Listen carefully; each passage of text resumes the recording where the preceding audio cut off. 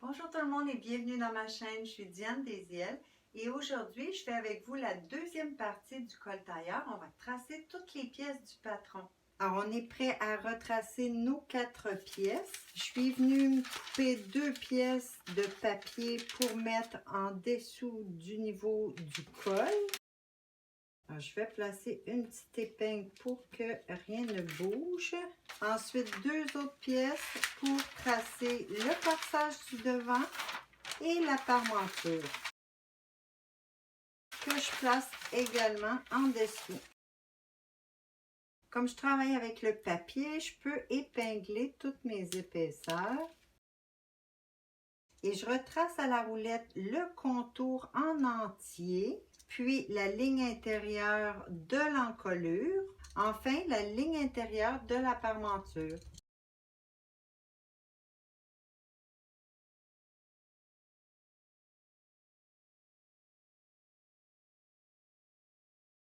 N'oubliez pas d'indiquer également votre croisure ou la médiane devant ici et le point de cassure.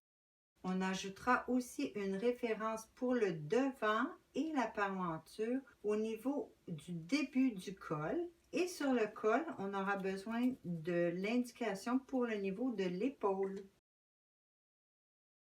Une fois le contour et les lignes intérieures retracées, on aura nos 4 épaisseurs. Moi, j'ai épinglé les 2 épaisseurs de parmenture et de corsage ensemble et les 2 épaisseurs de col ensemble. Je vais commencer à faire les pièces pour la parmenture et le corsage. Alors ici, sur la partie la plus étroite, qui va être la parmenture, je vais venir tracer la ligne de parmenture. Puis, je vais ajouter les valeurs de couture tout autour.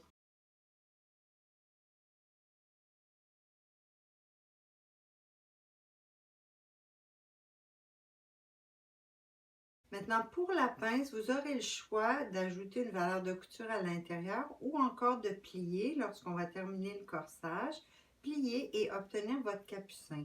Pour cet exercice, moi, je vais simplement vider la pince parce qu'elle est très profonde. Ensuite, avant de découper, on va venir faire un petit rajout qui va se trouver à être sur la parmenture seulement. La parmenture qui fait le revers, alors le dessus du revers, doit avoir 3 mm supplémentaires. Alors, on va l'ajouter sur la pointe, 3 mm et 3 mm de l'autre côté. On va venir l'ajouter à rien au niveau du cran qui indique le début du col. Puis, on va indiquer de l'autre côté à rien au niveau du point de cassure.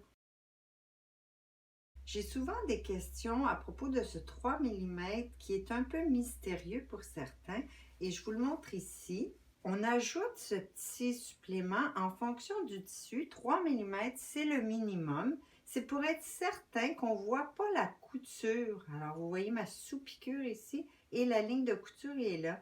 Alors, le 3 mm va servir à repousser le dessous vers l'intérieur. Et puis, vous allez voir, on va faire la même chose pour la partie du col. Alors, la partie qui est sur le dessus va avoir 3 mm de plus pour cacher cette petite couture. Une fois le 3 mm ajouté, on peut découper tout autour. Maintenant, on pourra faire nos crans. Je vous les indique avant de les faire. Alors, on a le point de cassure, on a le point de début de col, on aura le point original d'emmanchure. Ensuite, n'oubliez pas d'indiquer la médiane devant originale qui va nous indiquer notre croisure une fois le vêtement assemblé.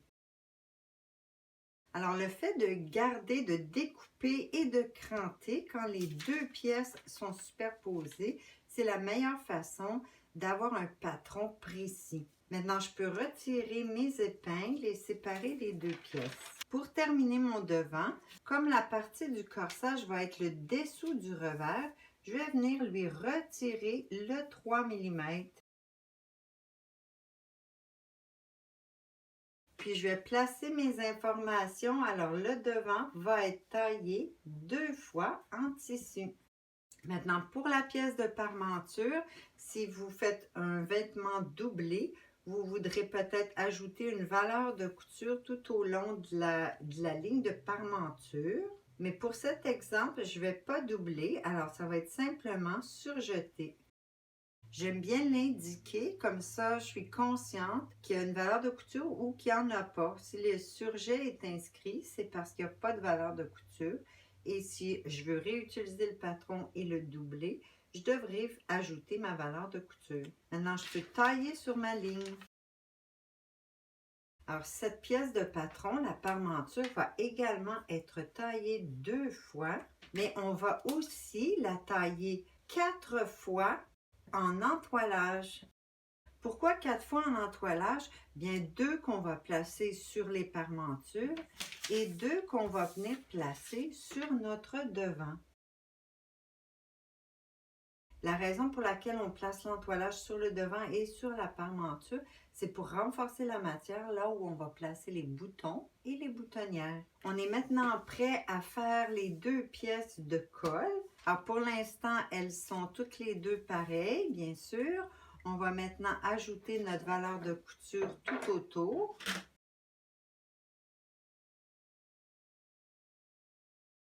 Puis ensuite, comme je vous le disais tout à l'heure, on doit ajouter pour le dessus du col un 3 mm supplémentaire. Alors sur la petite pointe, si je le replace sur mon corsage comme ceci, vous allez voir la petite pointe où on doit ajouter 3 mm de chaque côté. On va le faire parallèle tout au long du dessus de col jusqu'à la médiane dos, parallèle. Mais on va le faire à rien au niveau de l'encolure ou du début de l'encolure au devant. Ensuite, on va pouvoir découper tout autour. Maintenant, encore quand vos pièces sont toutes les 2 ensemble, épinglées, on va venir faire notre cran d'épaule, puis on pourra séparer les pièces. À ce moment-ci, on va déterminer quel va être notre patron du dessus de col et quel va être notre patron de dessous de col. Alors, je vais garder celui-ci pour le dessus et celui-ci pour le dessous. Alors, le dessus du col est habituellement coupé au pli, ce qui veut dire que je dois retirer la valeur de couture à la médiane dos. Voilà, mon droit fil va être parallèle à ma médiane dos, comme ceci.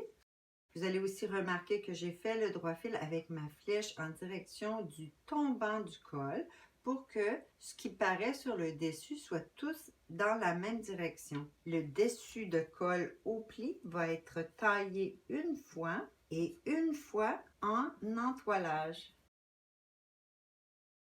Pour faciliter l'assemblage, vous allez placer un cran à 5 mm de la pliure du côté encolure et un demi-cran sur la pliure du côté du tombant. Maintenant, pour le dessous de col, on va lui retirer le 3 mm qu'on avait ajouté pour le dessus de col. Ici, on va garder la valeur de couture parce que généralement, les dessous de col sont taillés en 2 morceaux sur le biais. Maintenant, je vous redis comment faire le biais ou comment trouver le biais. Il s'agit de faire une petite boîte carrée. Alors ici, je vais faire 2 cm par 2 cm sur le droit fil. Une fois le carré fait, on peut venir tracer en rejoignant un coin d'un coin à l'autre. Alors, je viens de trouver mon billet. Encore une fois, je vais faire ma flèche en direction du tombant de col. Et cette pièce va être taillée 2 fois, puis 2 fois en entoilage. Alors voilà, vos 4 pièces de patron du col tailleur sont terminées. Pour le dos, vous pourriez simplement retracer votre gabarit et ajouter des valeurs de couture. Ça pourrait aussi vous simplifier la tâche de venir tracer une petite parmenture de la même largeur qu'on a fait au devant, donc 5 cm, parallèle avec votre encolure. Une fois le travail terminé, vous pourrez regarder ma vidéo pour en faire l'assemblage. C'est tout pour aujourd'hui. Merci d'avoir été là et à la prochaine.